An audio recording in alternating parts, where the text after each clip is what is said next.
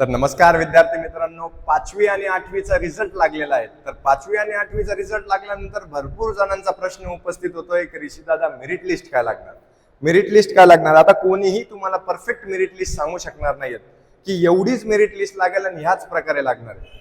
पण merit list कशी लागू शकते, किती मार्क्स पासून तुमचा सेफ स्कोर असू शकतो, या विषयावर आपण चर्चा करणार आहोत.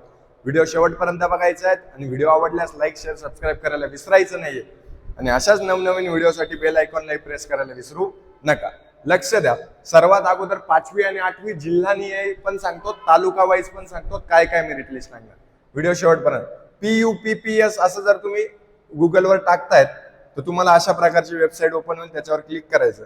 शिष्यवृत्ती परीक्षा 2025 याच्यावर जर तुम्ही गेले तर इथे तुम्हाला मागच्या वर्षीचे कट ऑफ आहे. आता 5वीचं बघूयात आपण. 5वीचा जिल्हानिहाय कट ऑफ आपण गेलो बरोबर. आता पुणे आणि नाशिकचा आपण बघणार आहेत 5वीचा. आता पुणे 97 आणि 94 बरोबर, म्हणजे हा झाला शहरीचा. आता हे झाले टक्के.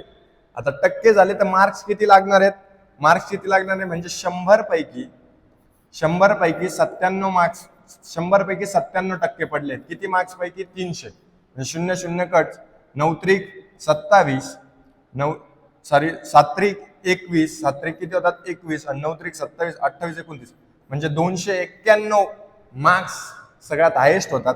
आणि 94 म्हणजे 94 गुणिले 4 त्रिक 12, 9 त्रिक 27, 28 म्हणजे 291 ते 282 अशी नाशिक पुण्याची मेरिट लिस्ट लागलेली. शहरीची 282 पासून तर 291 पर्यंत, ग्रामीणची वेगळी आहेत. अशा प्रकारे तुम्ही तुमचा रिझल्ट काढू शकतात. म्हणजे 100% एवढे टक्के पडले आणि एवढ्या मार्क्सने जर गुणलं तर तुम्हाला काय कराल, मेरिट लिस्ट काढायला भेटणार.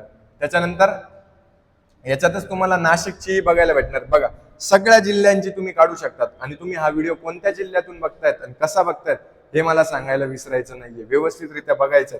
तुमच्या शाळेवाईज पण कसं आहे, सगळं काही व्यवस्थित इथं दिलेलं आहे. त्याच्यानंतर ग्रामीण सर्वसाधारण, ग्रामीण भागात काय मेरिट लिस्ट लागलेली आहे, सर्व ग्रामीण मध्ये सर्वसाधारण, शहरीमध्ये सर्वसाधारण, सर्व काही मेरिट लिस्ट इथे तुम्हाला दर्शवतायत.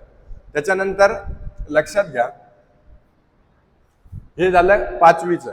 आता 5वीच तुम्हाला सांगतो की याच्यात कसं बघायचं. आता हे झालं. आता इथं काय शाळा संख्या किंवा माहिती याच्यावर जर तुम्ही गेलात तर तुम्हाला इथे तुमचे डिस्ट्रिक्ट वाईज, आता तुमचं डिस्ट्रिक्ट आहे चंद्रपूर वगैरे जे असेल ते, आपण समजा पुणे पाहिजे होतं तुम्हाला, चला समजा पुणे घेतलं. पुणेमधून तालुका सिलेक्ट करायचं, दौंड भोर सगळं. आपण इंदापूर घेतोय, त्याच्यामध्ये जर सबमिट केलं आपण तर बघा तुमचे सगळं डिटेल्स इथे येणार. इंदापूर मधली ZP सरस्वती नगरची किती आहेत, टोटल रजिस्टर 20 होते, प्रेझेंट 20 होते, पात्र 4 झालेले आहेत, 16 अपात्र झालेले आहेत. आणि याच्यामधून काय टोटल पर्सेंटेज वगैरे तुम्हाला इथे दाखवले जातात की किती किती काय काय आहे. कळालं, याच्यावरूनही तुम्हाला कळून जातं. आता 86% आहे टोटल. तर 86% वर काय याची मेरिट लिस्ट लागते. इथे व्यवस्थित लक्ष ठेवायचं कसं कसं काय काय आहे. त्याच्यानंतर 8वीचं पण सेम ॲज इट इज बघू शकतात तुम्ही.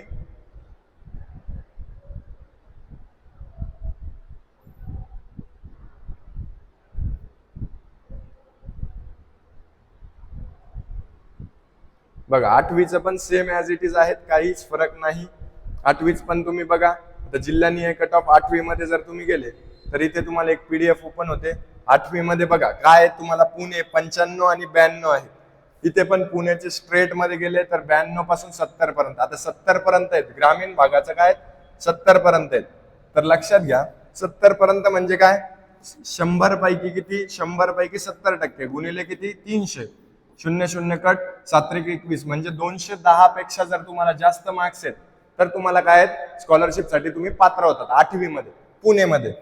बघा इथे व्यवस्थितरित्या तुम्हाला कळालं आहेत काय स्कोअर असतो, काय व्यवस्थित तुम्हाला तुमचे मार्क्स काढायचे आहेत. आणि तुम्ही हा व्हिडिओ कुठून बघतायत हे आम्हाला सांगायला विसरायचं नाही आहे. कमेंट बॉक्समध्ये तुमची वाट बघतोय.